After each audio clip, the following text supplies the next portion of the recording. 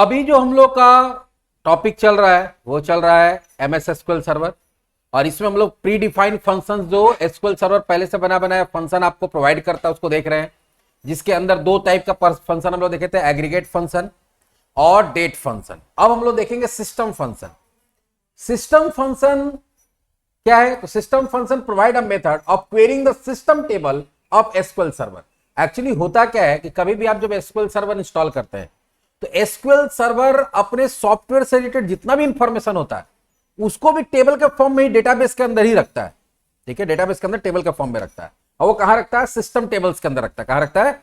एक होता है हम लोग जो टेबल बनाते हैं उसको यूजर टेबल बोलते हैं, और एक होता है सिस्टम टेबल जो एसक्यूएल सर्वर खुद अपना इंफॉर्मेशन रखने के लिए बनाता है। तो उससे अगर किसी तरह का जानकारी निकालना है तो हम लोग इसका यूज कर सकते हैं। जैसे होस्ट आईडी है, होस्ट नेम है, यूजर आईडी है, यूजर नेम है, डीबी आईडी है, डीबी नेम है, ऑब्जेक्ट आईडी, ऑब्जेक्ट नेम, ये सब फंक्शंस है, सबके बारे में बताएंगे। पहला है होस्ट आईडी। होस्ट का मतलब क्या होता है? Return the current host process ID, number of the client process. देखो होता क्या है कि आपका सर्वर एक होता है, हम बताए थे, और क्लाइंट बहुत सारा क्या होता है? सर्वर से कनेक्ट होता है।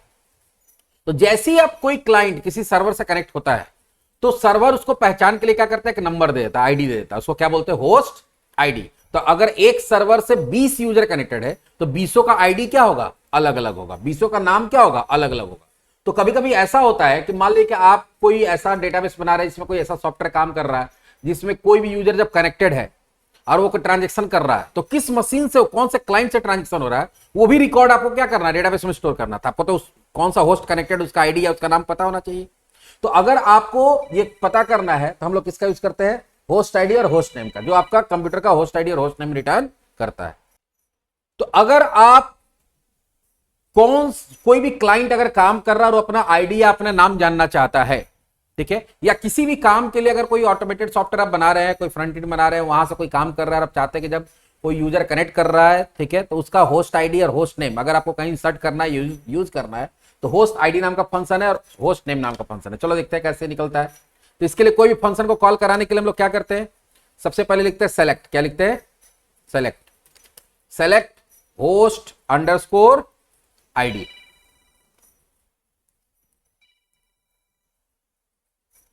तो यहां पे देखो क्या आ गया? Host ID. मतलब जैसे ही मेरा ये क्लाइंट, ये जो मैनेजमेंट स्टूडियो है, कनेक्ट हुआ होगा तो सर्वर हमको ये आईडी दे दिया है। अच्छा, एक काम करते हैं,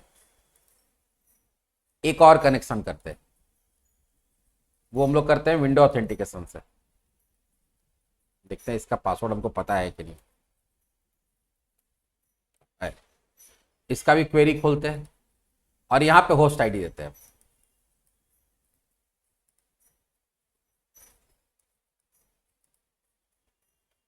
ग्यारह 296। अच्छा, एक ही कंप्यूटर से जा रहा है ना, दोनों को एक ही समझ रहा है। अच्छा, दोनों एक ही कंप्यूटर से कनेक्ट है इसलिए दोनों का आईडी क्या दिखा रहा है? एक ही दिखा रहा है। तो इससे हो गया होस्ट आईडी। अगर होस्ट नेम पता करना है तो कैसे पता चलेगा? चलिए, तो सेलेक्ट होस्ट अंडरस्कोर नेम। क्या दिखा रहा है? Desktop EGHB9GA। इस कंप्यूटर का नाम क्या है?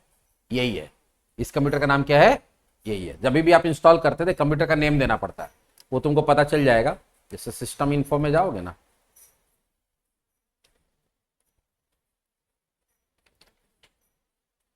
सिस्टम इंफॉर्मेशन,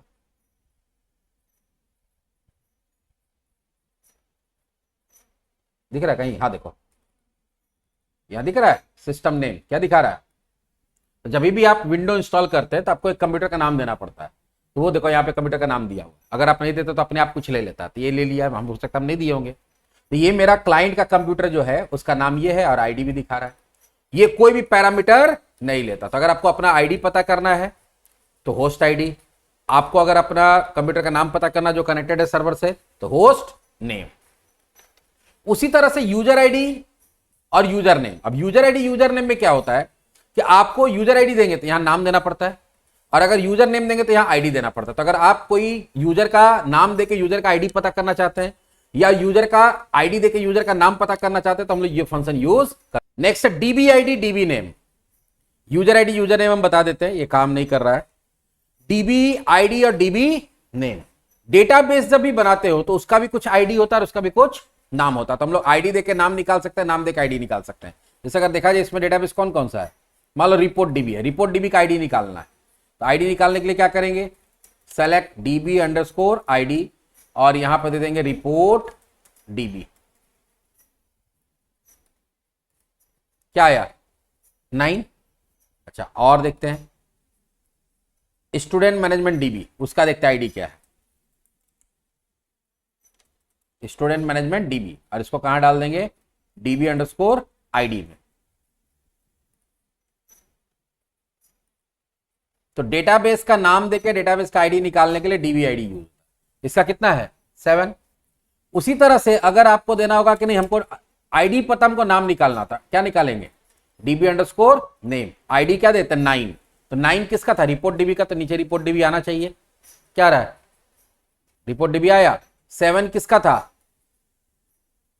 7 था स्टूडेंट मैनेजमेंट डीबी का, ये तो काम कर रहा है परफेक्टली। इसी तरह से वो भी काम करता है, तुम्हारा कौन सा यूजर आईडी यूजर नेम। हमको लग रहा है कि हमारे पास जो एसक्यूएल एक्सप्रेस है इसके कारण ये प्रॉब्लम हो रहा है, नॉर्मल एसक्यूएल सर्वर में वो काम करेगा। यूजर आईडी में यहाँ यूजर नेम दे देंगे तो यूजर का नाम दे देगा, यूजर नेम में यूजर का आईडी, जैसे कैसे डेटाबेस वाला में हुआ वैसे ये काम करता है। मेरा यूज किया हुआ है, एसक्यूएल एक्सप्रेस में बहुत सारा चीज काम नहीं करता है, जिसके चलते ये प्रॉब्लम हो रहा है। अगला ऑब्जेक्ट आईडी ऑब्जेक्ट नेम। आप जो डेटाबेस में कोई भी चीज बनाते हैं, चाहे वो टेबल बना रहे हैं, आप कॉन्स्टेंट बना रहे, देते हैं कॉन्स्टेंट बनाते समय नाम देना पड़ता है, पीके अंडरस्कोर समथिंग या डीएफ या सीके। तो आप अगर टेबल बना रहे हैं, अगर आप कोई कांस्टेंट बना रहे हैं, अगर आप व्यू बना रहे हैं, अगर आप प्रोसीजर बना रहे हैं, अगर आप फंक्शन बना रहे हैं, अगर आप ट्रिगर बना रहे हैं, आगे जाके बहुत सारी चीज बनाएंगे, अगर आप इंडेक्स बना रहे हैं, अगर आप रूल बना रहे हैं, तो कोई भी चीज जब बनाते हैं उसका एक नाम देना पड़ता है।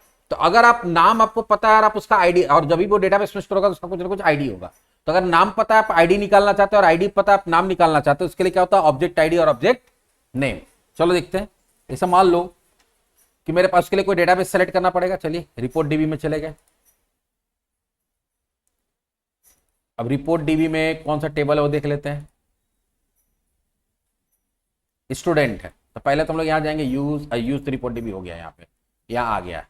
तो सेलेक्ट ऑब्जेक्ट अंडरस्कोर आईडी, कौन सा ऑब्जेक्ट है आपका, स्टूडेंट। टेबल का नाम क्या है, अभी फिलहाल स्टूडेंट टेबल का निकालना चाहते हैं, ये इस टेबल का आईडी है, किसका, स्टूडेंट का। हमको आईडी पता है, हमको क्या निकालना है, हमको निकालना उसका ऑब्जेक्ट नेम। और ये ध्यान रखना कि फंक्शन कैपिटल स्मॉल कैसे भी दे सकते हैं। तो यहाँ आईडी दे देंगे, आईडी न्यूमेरिकल वैल्यू होता है इसलिए बिना कोट्स का देते हैं, क्या बता दिया। तो अगर आप ऑब्जेक्ट का आईडी दे रहे हैं तो टेबल बता दे रहा है, टेबल का नाम, अगर टेबल का नाम दे रहा है ऑब्जेक्ट आईडी में तो क्या बता दे रहा है वो, टेबल का आईडी। इसी तरह से टेबल के साथ आप ऑब्जेक्ट आईडी भी कर सकते हैं, बहुत सारा कुछ कर सकते हैं। तो डिपेंड करता है कि आप किस चीज का आईडी निकाल रहे हैं, आप टेबल का आईडी निकाल रहे हैं, आप कांस्टेंट का आईडी निकाल रहे हैं, आप व्यू का आईडी निकाल रहे हैं, आप फंक्शन का आईडी निकाल रहे हैं, ट्रिगर का आईडी निकाल रहे हैं, किसका निकाल रहे हैं वो नाम देना पड़ेगा, उसका आईडी आ जाएगा। और अगर नाम निकालना है तो यहाँ पे आप कोई भी ऑब्जेक्ट आईडी दे दीजिए तो उसका क्या करेगा, नाम रिटर्न कर देगा। तो ये सब का यूज ज्यादातर सिक्योरिटी पर्पस वगैरह से किया जाता है कि जब डेटाबेस ट्रांजिशन हो रहा है तो हम लोग चाहते हैं कि अपने आप उसका कौन से कंप्यूटर से ये डेटा डाला गया है या अपडेट किया गया वो चला जाए, कौन यूजर किया है वो चला जाए, तो वो सब चीज में इसका यूज होता है। ये दो काम अभी हम करके नहीं दिखा पाए, user ID user name. User ID में भी क्या है कि जैसे यहाँ पे नाम देंगे आईडी रिटर्न करेगा, और यहाँ आईडी देंगे नाम रिटर्न करेगा। नॉर्मल एसक्यूएल सर्वर में काम करेगा, एसक्यूएल एक्सप्रेस में काम नहीं कर रहा सही से। चलिए ये सिस्टम फंक्शन हो गया।